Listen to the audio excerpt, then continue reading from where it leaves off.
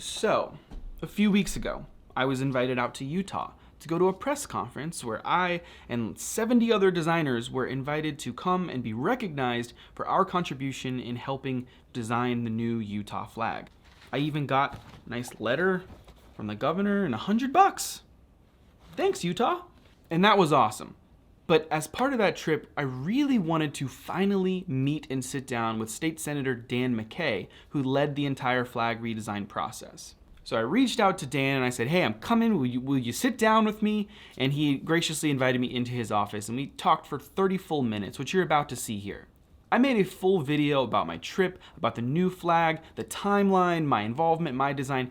All of that is in our separate video on the Flags for Good YouTube channel, which I highly encourage you to watch before this interview. But if you don't, here's the one thing you need to know.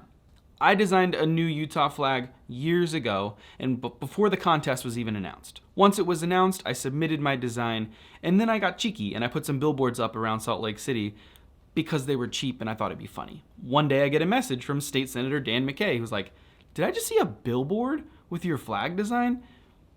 Billboards work. That was about the extent of him and I's conversation, but then once the final design was released, I reached out and I said, hey, I have a flag-related YouTube and a big old TikTok, a bunch of followers looking to me to talk about flags. Can I help? Can I make flags? What do you need from me? And then when I was invited to this event, I said, Dan, we need to sit down and finally meet in person and I want to talk to you about this whole thing. We flag nerds are a rare breed, and when we get together, it's always a fun conversation, which you're about to see. One thing I want to say is, even though Dan and I don't agree on a lot of politics stuff, you can see that we have a lively and beautiful discussion about flags, about unity, about what a symbol can do to bring people together, and I think that's beautiful. And I think that's what's beautiful about flags, is they are a unifier. So enough of that. Here's the full interview of me and State Senator Dan McCay.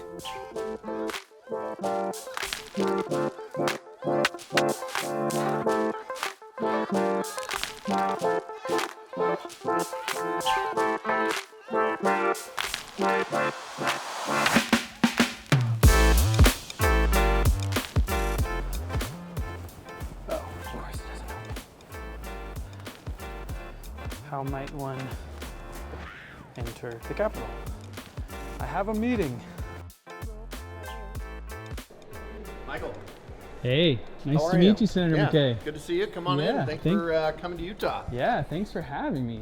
Warning, before we go in, there's a lot of flag paraphernalia in this office. And I probably deserve to be made fun of at this point. You've joined the world of vexillologists. We're happy to have you. Senator Dan McCay.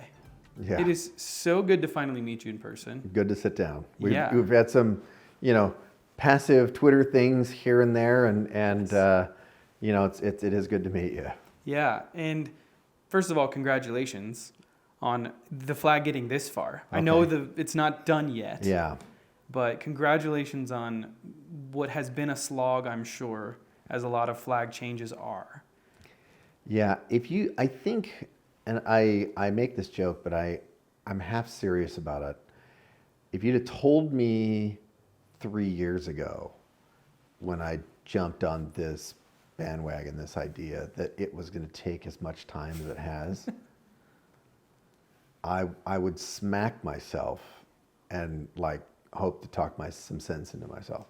Totally. Well, for those people that are watching this that don't know anything about the process, catch us up on where we are right now and what it took to get here. Okay. The flag right now is over in bicameral legislature in Utah. Some states have unicameral, so we're bicameral. We have a House and a Senate. The bill started in the Senate, and we did it in the first week of the session. And then we kicked it over the House, and it is resting there, seasoning. Maybe is the best way for us to think about it at the moment. But once the House passes it, then it goes to the governor? Once the House passes it, goes to the governor, and governor's already told me he's signing it. He's 100% in. He was on the design committee. Great. He was part of that whole deal. To get here, oh man, do we have time? We have all the time you need. Well, when I first was exposed to this idea, I think it was 2017, another legislator was running a bill to adopt a specific, already designed out of the bag flag, right? And it got nowhere. What did it look like, just out of curiosity? It looked kind of like the commemorative flag. Okay. Yep. Right, the commemorative flag. It had some dates on it and that kind of stuff. Yep. Okay. They refined it, took off the dates, did some other things the next year. It still failed. But 2018, there were two flag bills. Representative Handy up in Farmington, he was running a bill that would set up a commission, and the commission would, develop a process, accept public submissions, and then do the flag.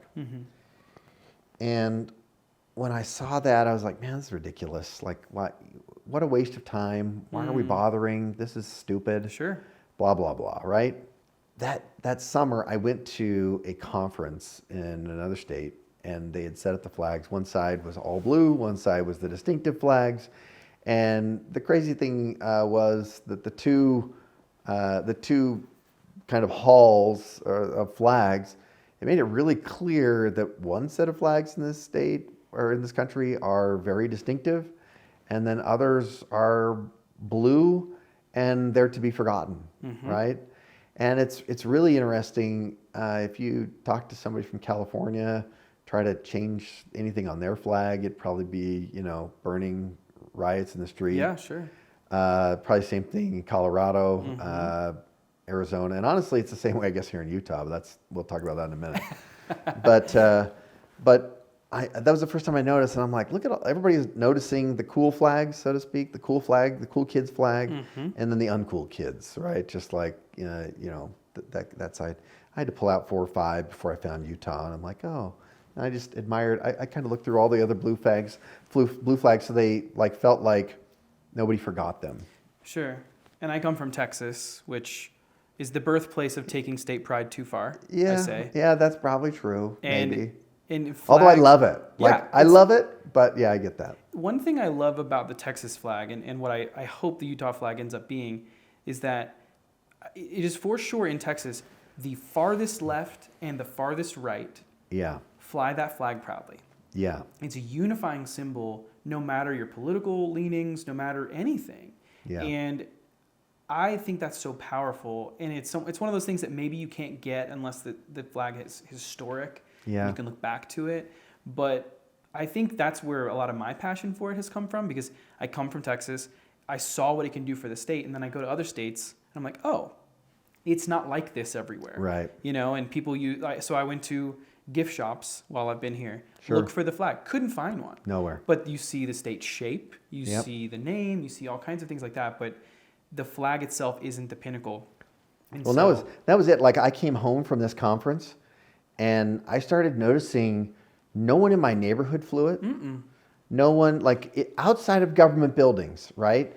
Like, there are a few businesses that fly the state flag, but for the most part, it is legit the American flag, and or like sports teams or some other issue that they care about. You see more Tea Party flags, believe it or not, than just about anything. Wow. And then, during the Trump rise, you saw a lot of Trump flags and that kind of thing.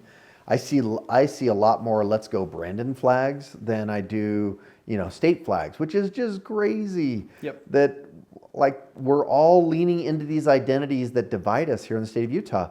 And then get home, I see Colorado flags on people around here, right? Yeah, exactly. And so the Colorado flag is everywhere, and it just started. I was at a golf shop, and I saw the Arizona flag. I was in Arizona at TPC Scottsdale, and they have some head covers that look like they golf for Arizona. Yeah. I was like, okay, that's cool. I want that, but not with Arizona. I want a Utah thing, and you couldn't find them.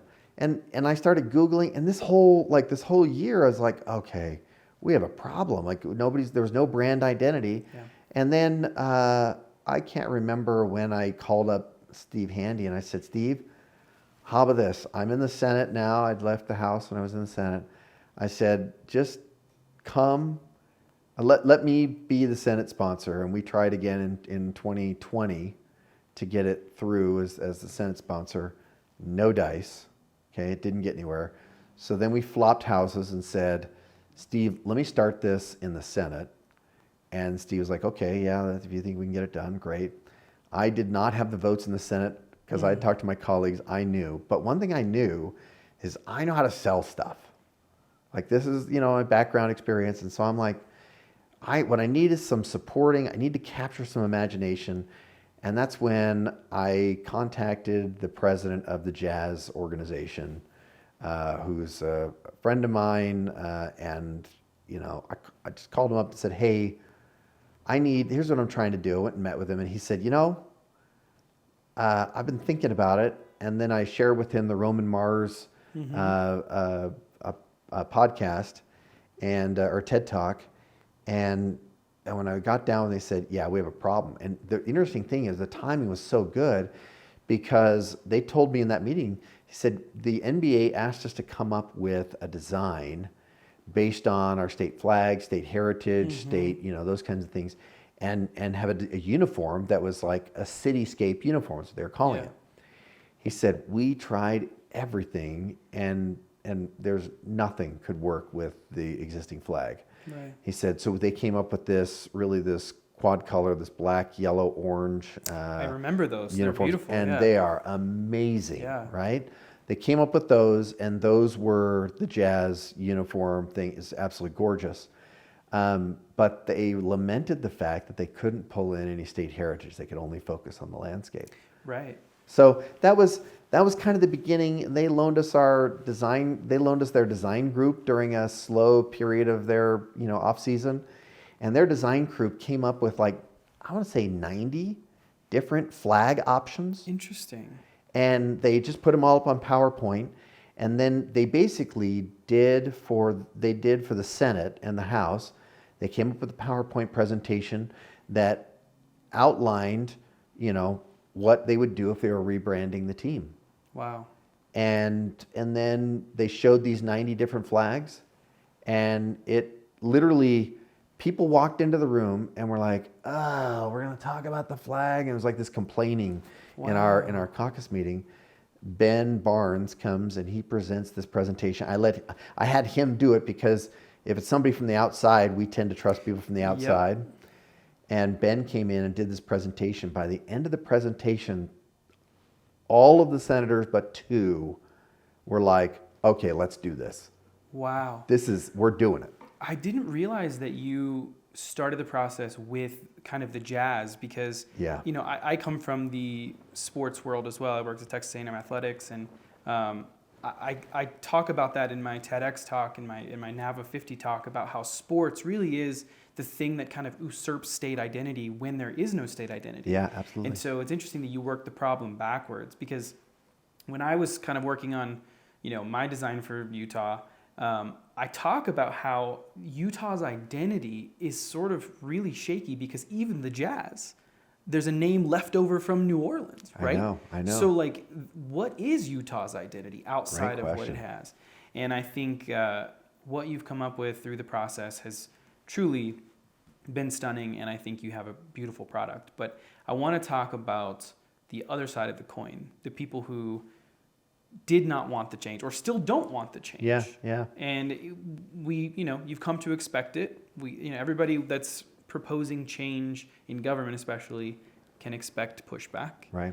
So have you been surprised? Have you been,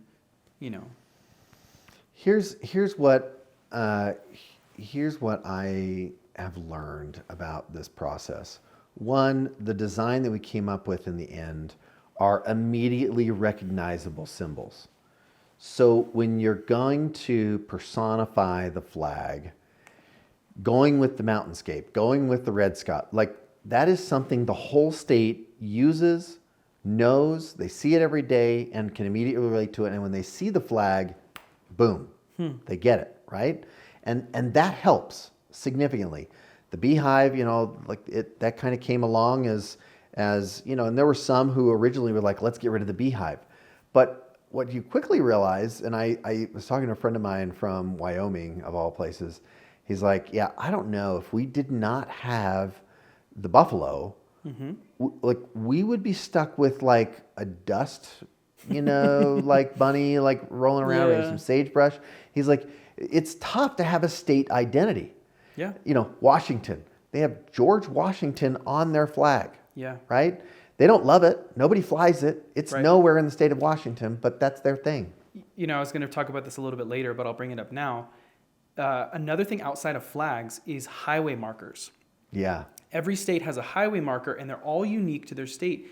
Utah's has the beehive. Yep. Washington has the bust of George Washington with numbers inside of it, Yeah. which is hilarious. Hilarious.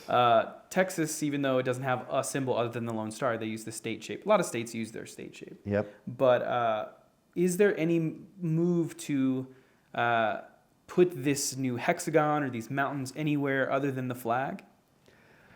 I think it's too early to look at that. It's funny because I talk about this from a branding standpoint, but if I mentioned to Highway Patrol the idea of redoing like their logo or that kind of thing, they're not having it. We did fund last year. The state has a web presence which is pathetic, and we all know it. And all the departments have logos that are kind of clip art things that they've all come up with. And the governor and everybody is like, we need better state presence, he's a lot more aware of that stuff. And so they're going to do a rebrand of basically the state's web presence.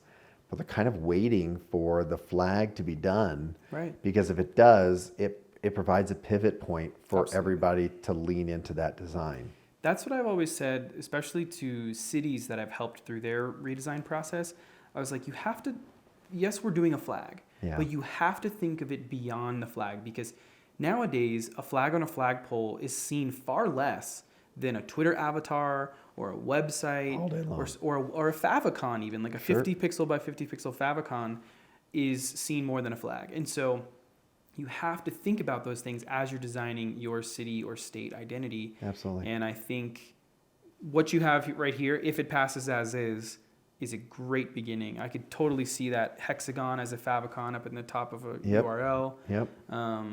I know flags are hard to pass. I think that one of the hardest things beyond that is changing a government website. Oh yeah. So that's next. It'll be a few years probably until. It's interesting too, and I will say this. I've started to write down lessons I've learned from the process, because I think if Utah pulls this off, outside of states that have changed their flag for purposes that the heritage of the flag might have a negative association. Sure. Right? Georgia, Mississippi. Yep. Think through states that have done it. Right? It's largely southern states, but this just isn't done. Mm-hmm. Right? I mean, very, very, very, very few states have made this step to try this, and I realize how rare that is. Mm-hmm. And so I'm trying to write down some of these lessons of things to not repeat. Okay? In the very beginning, I started off in this presentation by talking about how our flag was lame and not that great. Okay? And then we tried to capture, not that it was lame. That's not the right way to say it. Just that our flag was this seal on a blue background, and it really wasn't being used. The people weren't owning this flag. Sure. It's a symbol of government. Okay? And that's backed by evidence. Evidence. It's not just an opinion. No. Right. Polls show only 11% of Utahns own the flag. And only, I can't remember, it's 8% of the population ever flies it. Ever. Yep. Not flies it every day, just ever. Any day of the year, they fly it, right? So we just didn't own it. And by trying to then pivot to, hey, here's what a good flag looks like from a design standpoint. Here's what Utah looks like. We could do better. And then trying to capture the imagination with some of these other things by showing shirts and flags and that kind of stuff. And then what I didn't do once the design, once we got the permission to do the subcommittee, I should have pivoted right away into respecting the heritage of our existing flag and adding this additional civic or citizens flag, right? Mm-hmm. I didn't. For a while, I just kept talking on why our flag did not meet these 5 symbols. And what I didn't realize is I was kind of building a little bit of opposition. And I was building my own opposition by like disagreeing with people on social media about it. You were asking them to disagree with you right off the bat, rather than trying to build agreement from the beginning. And so in hindsight, I look back on it, some of the opposition that exists because of this process and everything else, I realize I created some of it. Because in the beginning I was like in fight mode still about, getting getting the votes and that kind of stuff. Sure. And there's also a part of me that when my ideas are attacked, and maybe the same way for all of us, when our ideas are attacked, we want to defend them.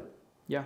And so, a lot of that. So I would say anybody that ever tries this again, it's okay to talk about how your flag doesn't measure up to good flag principles, but to quickly pivot from that spot into, we're going to respect our heritage, and we're going to take some of those things and transition to, this new flag. And what you're going to see in Utah, at least, when the bill passes, you're going to see that we treat our existing flag as a ceremonial flag, as a flag of the government to be available for press conferences, all those kinds of things, and much like Congress does, or the president. And then you're going to see the quote people's flag that will fly. And I'm predicting, at least I'm hoping. I just got reelected, right? So I'm hoping that I'm hoping in 4 years from now that when we're working through all of this, that everybody has already adopted the flag. It's not still a fight. No, I think, maybe this is just me as a flag nerd, or I run a flag company now, I think when it passes, you will see far more of these flags just around the city as you drive around than you will. I mean, it's just the nature of it. And in my experience, which is limited, the people who are against change are loud, but they're usually the minority. Yeah. They're the vocal minority, and when given the option of something better, most of the public will jump right on board because they're proud of Utah. And if they had a symbol that reflected the amount of pride they already have, and they were proud to put a sticker on the back of their car or on their suitcase or whatever, or get a tattoo even. That's what I always say is the best test of a flag. Yeah. Is if people are getting it tattooed on them, that's a good flag. What's funny is I told my colleagues I would get one if this thing passed. Oh, please let me know when that's happening, and I want to come film that and do a follow-up to this. Yeah, my wife is not as excited about that promise, but that's a whole nother Where would you get it? I haven't given a lot of thought to that part of it yet. Just I will emotionally get myself in that position. But yeah, it's interesting when you're trying to get past the opposition, get past the noise. If you can get with people on a small group setting, one-on-one, and build on the common aspects of, we want to respect our heritage, and we want a flag that people can fly and rally behind. I think if you can get to those 2 points with people and get past that phase that I was in, the fight phase in the beginning, I think they'll be better off. And the other thing I'd say, and this is kind of related to that a lesson I learned, there's a bunch, but another a lesson was to never compare the two flags. Right? It doesn't work in parenting, and it also doesn't work in flags, right? Wow. The less you compare the two side by side and talk about one being stronger than the other, you are losing at that point. Wow. When you're talking about them side by side and talking about them complementing or building on the other, you're now talking about taking a foundation and you're building something, as opposed to you're tearing something down and you're putting something in place. And that's one of the other lessons that I learned a little bit too late in this process, that if someone, is doing this again, they've got to be able to see that. And I even in most recent polling, so we did this, I just did this poll that, will be public here very soon. But it basically, we ask people to rank to rank 4 flags, okay? And we gave them the 5 principles and say, how would you say these flags fit in these principles? Mm-hmm. And it's the simplicity, child can draw, like those principles. And we gave them 4 flags. One was Colorado, and one was Texas, and one was Idaho, and one was Utah. Right? Because we didn't want Utah to feel like it was being picked on. Sure. So we got Utah together, right, with another seal flag, and then you had 2 other more distinctive flags. And it's interesting, Utah, and I think Idaho's the same way, they rank really high on category number 2, which is, does it use meaningful symbolism? Because it does. It is reeking with symbolism. It's just everywhere in the flag, right? Almost too much, yeah. There's a quantity question, but there's a lot of it, right? And so you have that. But notice in that question, I'm asking them to compare Utah against the principles and the flags, other flags against the principles, and I'm not asking them to compare it. Later on in the survey, I asked them to rank the new flag, the beehive flag, against those principles, and the beehive flag won in every single category against the existing flag. But we never asked them to compare the 2. Smart. And this is, I think that's one of the key lessons for any dumb legislator that decides to run up this idea is that, right? Yeah.